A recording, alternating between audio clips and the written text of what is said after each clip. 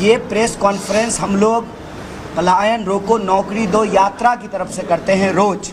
और आज हमारे लिए बहुत खुशी की बात है कि हमारे राष्ट्रीय नेता और मीडिया डिपार्टमेंट के चेयरमैन पवन जी मौजूद हैं, अभय जी मौजूद हैं, साथ में जो है हमारे प्रवक्ता हैं स्टेट के, नेशनल के, और तमाम नौजवान साथी मौजूद हैं। इतना बड़ा दर्द है कि 2 करोड़ से ज़्यादा, ठीक कहा आपने, 2 करोड़ से ज़्यादा लोग बिहार के पलायन कर चुके हैं। सरकार दावा करती है कि सब कुछ ठीक हो गया है, ब्रिज बन गया है, सड़कें बन गई है, बिजली 24 घंटा आ रहा है, सब कुछ ठीक हो गया है, तो लोग घर क्यों छोड़ रहे हैं? और ये खुशी में पलायन नहीं कर रहे हैं। ये कोई बाबा धाम की यात्रा नहीं है, ये कोई हज की यात्रा नहीं है कि हम पुण्य कमाने के लिए जा रहे हैं। ये मजबूरी में की जाने वाली यात्रा है। ये पलायन फोर्सफुल है, मजबूरी में लोग, कोई नहीं घर छोड़ करके जाना चाहता है। तो सरकार के दावों की हकीकत ये है कि ये सरकार अब पलायन की सरकार है, ये सुशासन की सरकार नहीं है, ये पलायन की सरकार है। प्रश्न ये है कि कल हमारे जो नौजवान यात्रा में चल रहे हैं, क्योंकि ये यात्रा नौजवानों और विद्यार्थियों की यात्रा है, ये किसी एक व्यक्ति की यात्रा नहीं है। और ये नौजवान इसलिए यात्रा कर रहे हैं कि कल को बिहार में जब राजनीति का विमर्श हो तो उसके केंद्र में नौकरी का सवाल हो और पलायन का सवाल हो। राजनीति के विमर्श के केंद्र में ये हो। और हमारी कोशिश बस इतनी है, जो हम तमाम कांग्रेस से जुड़े हुए लोग हैं, कि जैसे आज़ादी के आंदोलन में कांग्रेस पार्टी संघर्ष का एक मंच था, देश को आज़ाद कराने वाले उस मंच से जुड़ रहे थे और स्वराज का सपना लिए कोई हंसते हंसते फांसी के फंदे को चूम रहा था, कोई सत्याग्रह कर रहा था। उसी तरह से आज NSY यूथ कांग्रेस संघर्ष का मंच बने और जो भी प्रभावित वर्ग है, चाहे शिक्षक हो, विद्यार्थी हो, किसान हो, मजदूर हो, नौजवान हो, महिला हो, कोई भी आकर के अपनी बात को उठा सकता है। तो हमारी ये कोशिश का नतीजा है कि कई नौजवान आकर के इस यात्रा में जुड़े। और कल हम लोग थाली बजा रहे थे। हमने कहा कि अगर थाली बजाने से कोरोना भाग जाता है, महामारी भाग जाती है, तो बेकारी भी तो एक महामारी है, थाली बजाने से भाग जाएगी। शाम तक थाली पीटते रहे, बेकारी भागी नहीं, क्योंकि थाली बजाने से कोरोना भी नहीं भागा था। आज जो है हम लोग झुनझुना बजा रहे थे। झुनझुना इसलिए बजा रहे थे कि सरकार हमको हमारी पहचान के आधार पर लड़ा करके हमारे हाथ में नफरत का झुनझुना थमा देना चाहती है। रोजगार के नाम पे उनके बच्चे जो है BCCI में नौकरी पा गए हैं, देश से लेकर के विदेश तक हमारे बच्चों को नौकरियां नहीं मिल रही हैं। तो उनको झुनझुना बजा के बता रहे हैं कि वोट तो हम ही देते हैं, तभी तो प्रधानमंत्री, गृह मंत्री और मुख्यमंत्री बनते हैं। आप हमारे हाथ में रोजगार के नाम पे झुनझुना थमाए हैं, तो हम आपके नाम पे आपके हाथ में झुनझुना थमा देंगे और आपके बच्चे अपने आप झुनझुना उनके हाथ में ट्रांसफ़र हो जाएगा। क्योंकि ना आप गृह मंत्री होते, ना आपका बेटा जो है BCCI का सेक्रेटरी होता।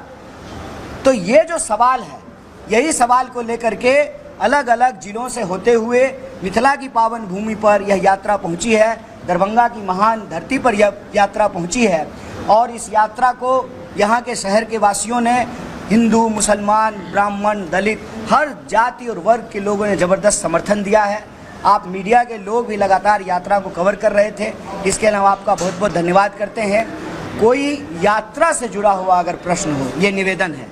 बाकी जो भी आपके राजनीतिक सवाल हैं, चुनावी सवाल हैं, और हम सब सवाल का जवाब देने वाले लोग हैं। हमारे प्रवक्ता रोज़ TV में जाकर के सवालों का जवाब देते हैं, पवन जी जो है रोज़ सवाल का जवाब देते हैं। जब चुनाव होगा, चुनावी बात होगी, महागठबंधन की बात होगी, सरकार की बात होगी, वो प्रश्न का जवाब हम उस प्रेस कॉन्फ्रेंस में देंगे।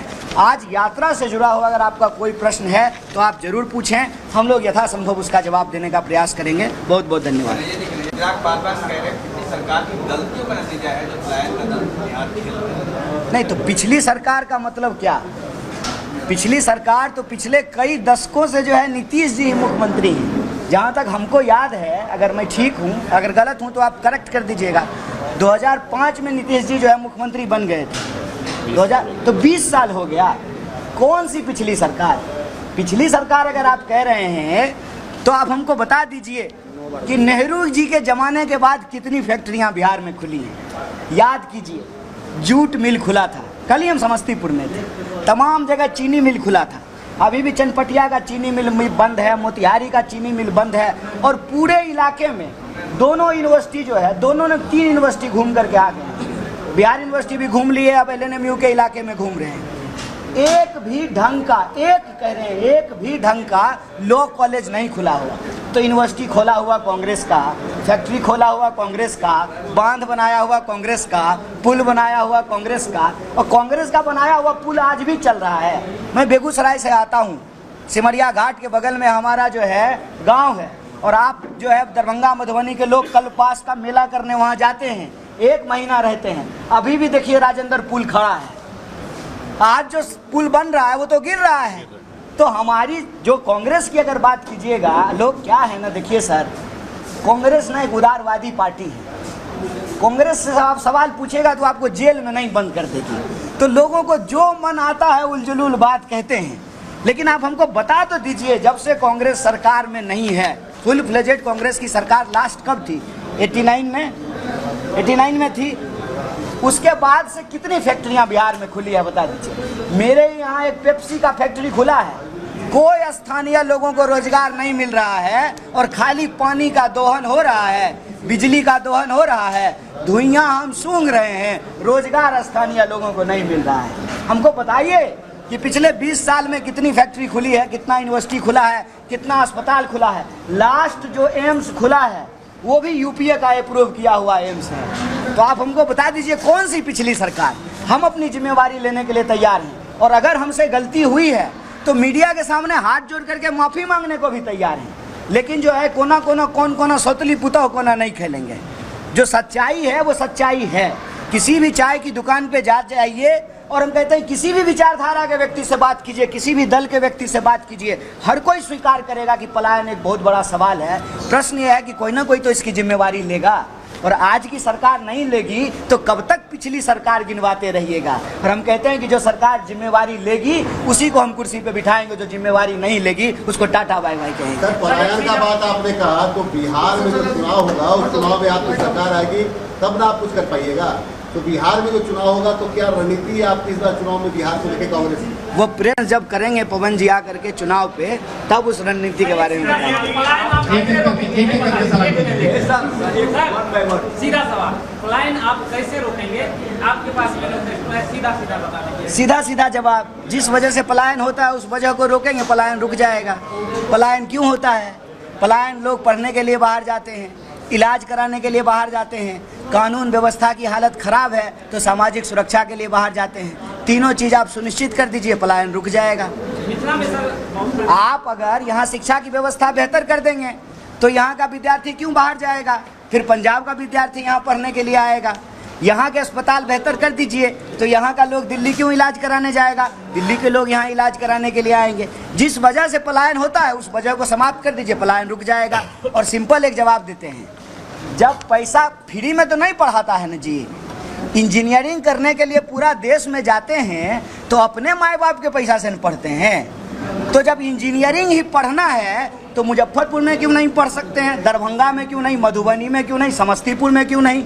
यहीं इंजीनियरिंग का पढ़ाई करेंगे और यहीं कॉल सेंटर खुलेगा, और अमेरिका की नौकरी से तो यहाँ से भी बैठ करके किया जा सकता है।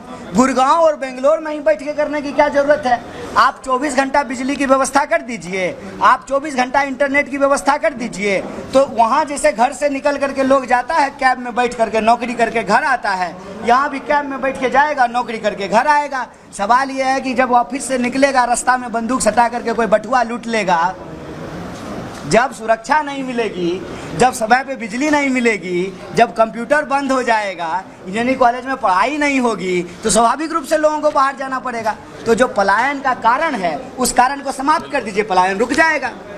सर, नॉन सीरियस है नीतीश कुमार, ये आरजेडी ने पोस्टर लगाया है, इसमें आपको ये राजस्थान का अपमान के बाद पोस्टर लगाया है आरजेडी ने, इसमें आप क्या कहेंगे? देखिए वो सब बात जो आप कह रहे हैं ना, आपकी जो इच्छा है हम समझ रहे हैं। आप पलायन रोकने की बात करते हैं, रोजगार देने की बात करते हैं, लोगों को सैलरी कहाँ से देंगे, कहाँ से रोजगार उत्पन्न करेंगे, और इनकम ऑफ सोर्स के लिए आप क्या करेंगे कि बिहार की अपनी कुछ इनकम हो, व्यवस्था हो? क्योंकि केंद्र के भरोसे आज भी बिहार सरकार चल रही है, ये भी याद सकते हैं। और कल होकर के बिहार जो भी राज्य हो उनको अपना इनकम नहीं है तो वो भी केंद्र के भरोसे चलती है। और आपका केंद्र में क्या है और बिहार में क्या है, क्योंकि आप 2025 में चुनाव के लिए जा रहे हैं, कैसे आप? देखिए सबसे पहली बात तो ये कहना कि बिहार में इनकम के सोर्स नहीं है, गलत है। अगर इनकम का सोर्स नहीं होता तो पटना में ताज होटल नहीं खुलता। अरे हमारे आपके लिए तो ताज होटल नहीं खुला है, जो लोग पैसा कमा लिए हैं उन्हीं के लिए ताज होटल खुला है। और अभी हम आ रहे थे रास्ते में सर समस्तीपुर से दरभंगा की तरफ, तो बड़ा बड़ा स्कूल खुला हुआ था GD गोयनका और तमाम, तो उसमें जिसके पास पैसा है उसी का बाल बच्चा पढ़ रहा है ना। तो ऐसा नहीं है कि एक क्लास के पास पैसा नहीं है, पैसा है और वो पैसा यहीं कमा रहे हैं। यहाँ आप जो है किसी भी डिपार्टमेंट में चले जाइए, कोई डिपार्टमेंट बिना कमीशन का तो चल नहीं रहा है, तो कमीशन वो खा कहाँ से रहे हैं? इसका मतलब सरकार के खजाने से पैसा खर्च हो रहा है। पैसा नहीं है तो MLA को सैलरी कहाँ से आ रहा है? MLA को सैलरी आ रहा है ना, MLA के लिए घर बन रहा है ना, मुख्यमंत्री के लिए घर बन रहा है ना, जो बड़े बड़े कार्यक्रम होते हैं सरकारी उसमें पैसा खर्च हो रहा है ना। ये प्राथमिकता का सवाल है सर, और प्राथमिकता का सवाल है, और प्राथमिकता जहाँ है वहाँ पैसा खर्च हो रहा है। हम आपको याद दिला देते हैं, अभी हमारी यात्रा ढाका से होकर के दरभंगा आई है। ढाका में भारतमाला प्रोजेक्ट बन रहा है। भारतमाला प्रोजेक्ट क्यों बन रहा है, किसके लिए बन रहा है? बिहार में जब कुछ है ही नहीं तो रोड क्यों बन रहा है? बिहार में है, बिहार में वो है जिसके लिए दुनिया तरसने वाली है। बिहार में है पानी, और पानी याद कीजिएगा मेरा यह बात, एक प्रेस कॉन्फ्रेंस याद कीजिएगा, आज बोल रहे हैं, पानी पेट्रोल से भी ज़्यादा कीमती होना है, क्योंकि पेट्रोल पीने से प्यास नहीं बुझती है। पानी की ज़रूरत सबको है। दुनिया में जिस तरह से पानी ख़त्म हो रहा है, दुनिया भर के पूंजीपतियों और कारोबारियों की नज़र बिहार की पानी पर है। और जब इंडस्ट्रियलाइजेशन होना था तब इंडस्ट्रियलाइजेशन नहीं हुआ है, और जब इंडस्ट्री अब ऑटोमेटिक हो गया है, जहां लोकल लोगों को रोजगार नहीं मिलेगा, तब ये जो है छोटा छोटा यूनिट लेकर के आ रहे हैं ताकि यहाँ के पानी का दोहन किया जा सके। ये जो बड़ी बड़ी सड़कें बन रही हैं हमारे आसपास, हमारे पास तो इनकम ही नहीं है, तो सड़क बना रहे हैं किसके लिए? सड़क बना रहे हैं यहाँ का संसाधन लूट के लेके जाने के लिए। आपको क्या लगता है, मखाना पे भाषण लगा दे करके गए हैं प्रधानमंत्री मस्का मार करके? अभी आपने जो है नाम लिया, जहम जहम चरण पड़े, एक बड़ा मशहूर किताब है बुद्ध के बारे में, जहम जहम चरण पड़े गौतम के। ये गौतम बुद्ध की बात नहीं, गौतम अदानी की बात हो रही है। यहाँ के संसाधनों पे नज़र है। मैं चुनाव की बात नहीं कर रहा हूँ, चुनाव होगा तो इस पे बोलेंगे और एकदम धमक के साथ बोलेंगे। एन केन प्रकारेण साम दाम दंड भेद बीजेपी चाहती है उसका मुख्यमंत्री बने, और बीजेपी का मुख्यमंत्री बनने का मतलब है कि बिहार के संसाधन अदानी के हाथ में पहुंचे। संसाधन नहीं है, रेवेन्यू नहीं है, तो इंटरेस्ट क्यों है भैया? इतना इन्वेस्टमेंट क्यों हो रहा है पॉलिटिक्स में?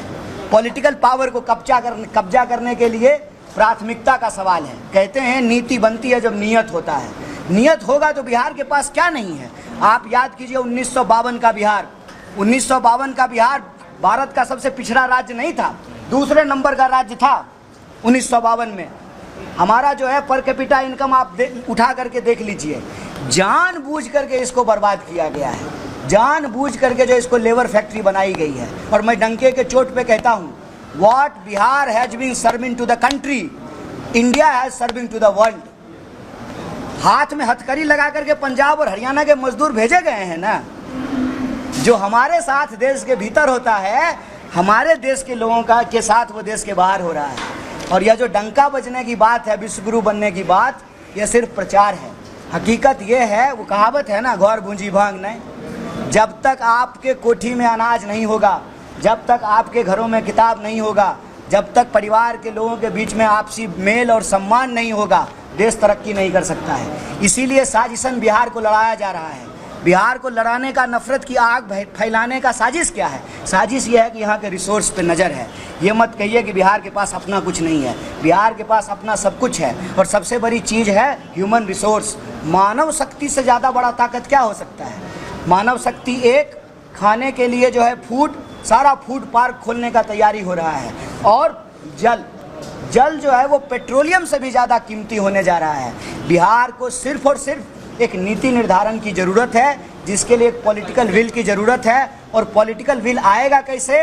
तो जो बिहार का प्रभावित युवा वर्ग है वो निराशा को छोड़ करके संघर्ष को अपनाए, इस यात्रा से जुड़े। हम ये